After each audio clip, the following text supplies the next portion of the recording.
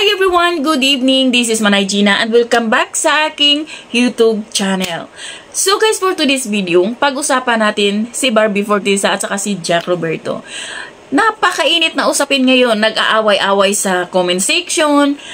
Diba, nakikita mo doon, grabe, pinag-uusapan talaga yung hiwalayang Jack B.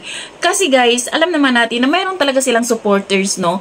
Pero, ang may mga netizen kasi ang nagsasabi na, tingnan na lang natin, ilang buwan lang yan, amin na yan, na sila na ni David Licauco. Especially ngayon, na si David Licauco nag-post din na single siya, hiwalay na din sila. Post ulit si David na taken na siya. So ano ba talaga? Kaka-post lang na hiwalay, tapos ngayon, taken na. So ano ba? Diba? Daming nagsabing mga netizen na bakit yung nanay ni Barbie is pinagtatanggol si Barbie, pinoprotektahan si Barbie. Guys, siyempre, sino ba naman ang dapat protektahan ng ina ni Barbie? Si Jack? Of course, si Barbie. Kasi si Barbie yung anak niya.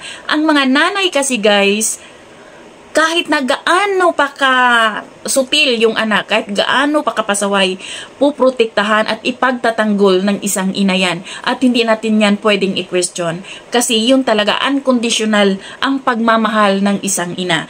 So guys, ito naman sa kay Jack Roberto, ang daming nagsipaglabasan na sinasabi nila na noon pa mayroong issue si Jack na nakipagtsuktsakan sa iba, ganyan-ganyan. Merong may ginawa si Jack na hindi dapat, parang kumbaga nagtaksil kay Barbie o anuman, di natin alam. So, wala tayong idea, wala kung ano yung punot dulo ng kanilang hiwalayan. Pero guys, nababasa naman natin, 'di ba, sa post ni Barbie at saka ni Jack na okay naman. Okay na yung kanilang paghihiwalay, okay yung mga salita nila doon. Parang healthy naman yung kanilang paghihiwalay. Baka nga mutual decision nilang dalawa na maghiwalay, di natin alam talaga.